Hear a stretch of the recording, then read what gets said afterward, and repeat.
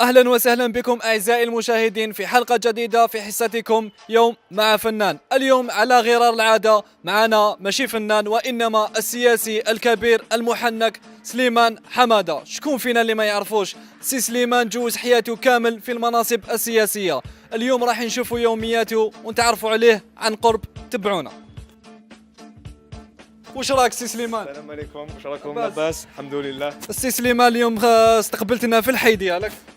بسم الله الرحمن الرحيم. على كل حال راني فرحان استقبلتكم في مسقط راسي لهنا، هذا هو الحي تاعي. ومن بعد كي كبرت على كل حال وبديت نمارس السياسه رحلت من هذا الحي هذا. يعني رانا نشوفوا البساطه تاع السي سليمان، استقبلنا وبدا الحوار تاعنا اصر باش يبداه في الشارع. انا الشارع يا خويا هو الملهم تاعي، ما نكذبش عليك، ونفرح بزاف كي نتمشى هكذا في الشارع، خصوصا لما نتلاقى بالمواطنين. الحمد لله يا خويا، وين نروحوا الاستقبال يكون يعني كما نقولوا بالبارود وبالاحضان وبالزغاريت، وين نروحوا الحمد لله. يا واحد المنافق، انتم تقبطوا البلاد. او عليك صحافه، انتم تقبطوا البلاد. انا انت يا ولد الخبيث. انت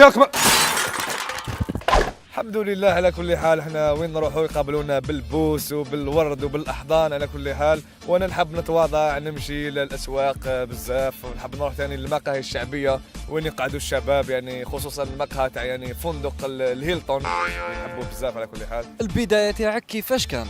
انا على كل حال نفسي كانت تقول لي خطيك من السياسه، بصح انا الحمد لله جاهدت نفسي يا خويا ودخلت للسياسه بالسيف. ونصارحك يعني باللي السياسه بكري تقدر تقول يعني كانت حلوه، ماشي كيما تاع دوكا سياسه شغل جاحه بزاف. واش اللي عاونك باش نجحت هكذا؟ نقولوا مكتوب على كل حال، وفي نفس الوقت بيان سور الخدمه، لانه مثلا الواحد لما يعني يتكلم من اللغات تهضر الانجليزيه طبعا واحد خطرها غير كيما واحد قلت له جود باي هكذا يا نورمال. وهذا الحمد لله مما يعني شجعنا باش نديروا انجازات عملاقه الحمد لله، كيما مؤخرا درنا بطاقه التعريف الالكترونيه اللي حتى واحد ما كان يستنى فيها. حنا ماذا بينا لو كان نزوروا حاجه متعلقه بالطفوله تاعك. بيان سور يا خويا، دوك نديكم للليسي تاعي نتلاقى مع البروف تاعي. بلا قالوش بيت جدك، نقول لك نتلاقى مع البروف تاعي تاع الليسي اللي رغم الشهره ورغم السياسه يعني مازالني نحترمه بزاف على كل حال، ونروح نطلع عليه في بعض الاحيان. يلا معنا. هذه هي الثانويه على كل حال اللي درست فيها بكري انا. ومعنا ايضا استاذ سي سليمان. استاذ واش تقول لنا في التلميذ تاعك؟ صافي بليزير، واحد ما تلاميذ توعي يعني اصبح هكذا، رغم يعني انه كان هو الحمار عندي في الكلاسه، الا انه استهزينا به واصبح سياسي محنك. يعني واش تشفع عليه حاجه في الماضي تاعو كان معروف بها؟ سبحان الله، كان يعرف صلاحه من البكري، يعني كانوا كل ما يديروا طوايش ولا يحصلها في التلاميذ الاخرين ويطبعهم ضحيه. والحاجه اللي يشفع عليها بزاف كان يكذب بزاف. شفيتها؟ الله غالب يا على كل حال الصغر هذاك شغل هكذا. وعلى كل حال بصح انا راني فير لاني اثبت انه يعني ممكن تكون حمار تاع كلاستك بصح تكون سياسي كبير، وان شاء الله الحمير تاع الكلاس كامل يديروني قدوه ان شاء الله ليهم، لما لا يديروا مستقبل سياسي ان شاء الله كبير. وان شاء الله على كل حال ان شاء الله. الله يبارك الله يبارك. يعني دوك تدينا نزوروا المنزل تاعك. بيان سور نديكم المنزل تاعي ان شاء الله، يعطيكم الصحه استاذ تهلا تاع حمار هذيكم بعد نقصروا عليه. سليمان الان رانا في المنزل تاعك. ما على كل حال هذه سميها غرفه صغيره برك لانه المنزل يعني مازال كبير بزاف. هذيك الشهاده اللي راهي معلقه موراك ديتها كي كنت صغير؟ انا عمي على كل حال هذه عطاوها لي في المسيد كي حافظت على المرتبه الاخيره بوندون بلوس دو 15 وانا الاخر، وفي اخر المشوار كرموني على كل حال بها، وراني كيما تشوف راني حاطها لهنا، راني فخور بها بزاف. كاينه قضيه اثارت الكثير من الحب، هي اتهامك بسرقه اموال الشعب. لا يا اخي حاشا لله ان اسرق، انا لم اكن اسرق، انا كنت ندي يعني هذاك الوقت كنت نوصل يعني الاموال تاع الدوله بالطوموبيل، فيكونوا زعما هكذا 50 مليار، ولا في بعض الاحيان الانسان ينسى مليار ولا زوج، وشنو النيه مليحه على كل حال. كاين قضيه واحده اخرى هي اللغه الامازيغيه، انت رفضت منذ سنوات ان ترسم اللغه الامازيغيه. اي دوكا واش نقول لك، على كل حال ما نكذبش عليك، انا بكري درتها زكاره باسكو كان عندنا جارنا يسكن فوقنا بكري قبايلي، كانت مرته ترفض علينا الغبره. اي بصح هذاك مطلب تاع منطقه كامله ماشي تاع جارك برك. يا خويا في السياسه القبايل هادو ما مشكل كبير، هما على بالك يهضروا بزاف ويحبوا يديروا النش. انا على كل حال ما نكذبش عليك كنت قادر نرسمها من بكري، بصح انا لو كان رسمتها كنت خايف يزيدوا يديمونديو حاجه اخرى، دونك جي بريفيري ما نرسمهاش باش تكثر الهضره عليها. كنت ايضا صاحب نظريه لاس فيغاس اللي تلقات انتقادات كثيره يعني. إيه بالنسبه للنظريه على كل حال لاس فيغاس سي فري ما عجبش الاغلبيه تاع الناس، ولكن انا راني ثابت على الموقف تاعي انه لو دينا الدراهم تاع الشعب هذاك الوقت لاس فيغاس ولعبنا بهم، إيه هي كاين واحد الماشينات على كل حال شغل دويره هيدا كبيره تدورها بدراهم الشعب، ممكن تربح الدوبل ولا التريبل تاع دراهمك، ممكن كذلك تخسر على كل حال. انا كنت مع الراي انه نريسكيو ونقمروا بدراهم تاع الجزائر يعني، ولكن يعني انا احترم الراي الاخر. انت عندك مسار حافل في تجوال سياسي بين الاحزاب، تقدر تكلم لنا عليه من البدايه؟ والله زمان كنا على كل حال في الحزب الواحد ما عندك ما دير، ومن بعدها مع التفتح جا الفيس دونك قلبناها كامل فيس، ولكن يعني من بعد بدلنا بزاف لانه الله غالب احنا نتبعوا الخبزه وين تكون انا راني التمه بغض النظر على يعني اذا كانت معارضه او موالاه. وش من حزب اللي ندمت انك انضميت اليه؟ والله ما لقيتش كيفاش نقولها، باك جاتني صعيبه شويه. يا والله المشاهدين لا شك انهم حابين يعرفوا، من فضلك قولها. هو على كل حال حزب العمال اللي يعني سبب لي مشاكل بزاف مع الزوجه لانها كانت تغير، لانه رئيس الحزب هي مراه كما على بالكم على كل حال، دونك جيتي اوبليجي نبدل حزب ونشوف حزب اللي يحكمه راجل. يعني لاسباب لا علاقه لها بالسياسه؟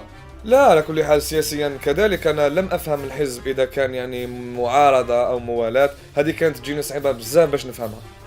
صح، دوكا قولنا افشل تجربه ليك في حزب سياسي. من دون تردد نقولها لك مباشرة، هي لما انضميت إلى حزب عهد 54 كنا نعاني من مشكلة كبيرة وهي ندرة الأصوات، يعني كان سي تخي غاغ وين واحد يفوتي علينا، حنا ما كناش نفوتيو على روحنا.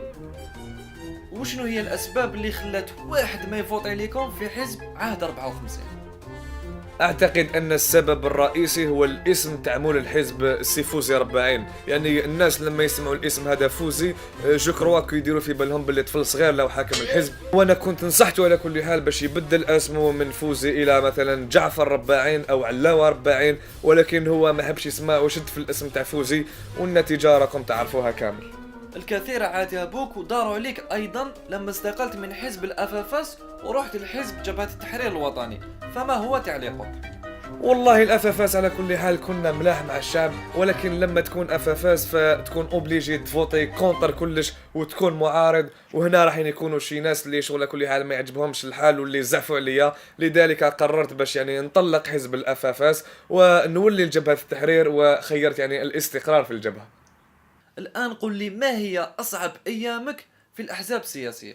من دون شك نقول لك مباشرة الإسلاميين، أنا كان عندي مشكل كبير لما تكون مع الإسلاميين في الجزائر، هما تلقاهم كامل شغل يصليو وأنا شغل على كل حال خاطيني صلاة، لذلك هذا المشكل هذا سبب لي هضرة بزاف، لذلك قررت باش نطلق الإسلاميين وبإذن الله بدون رجعة كامل إن شاء الله.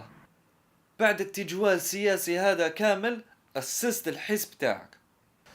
نعم على كل حال بعد 20 سنة من السياسة أسست الحزب الخاص تاعي اللي على كل حال أنا ما نقدرش نشفع على اسمه، دونك لازم لي الورقة ما باش نقرا لك الاسم تاعو بيسك طويل بزاف.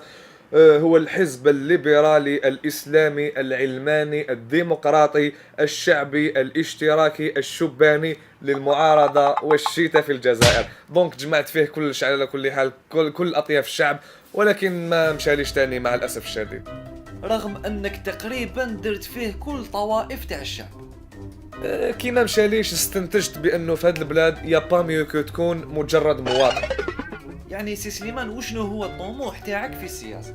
والله انا على كل حال ماذا بيا يجي النهار ان شاء الله ونولي مدير، يعني كما نقولوا ديريكتور تاع بلاد ان شاء الله. تسمى رئيس الجمهورية؟ لا على كل حال هذه حاجه واحده اخرى كامل. سؤال الموالي تفضل. وش عطات لك السياسة؟ ايه على كل حال انا السياسه عطاتني على كل حال كل شيء، الفيلا تاع بومرداس، الفيلا تاع حيدره، التراب تاع السحاوله، يعني الاموال اللي راهم في البنكات، الطوموبيلات اللي شريتهم لاولادي، هذوما كامل السياسه هي اللي عطاتهم لي. لا راني على الناس، تسمى قصت لك علاقة الحب مع الناس.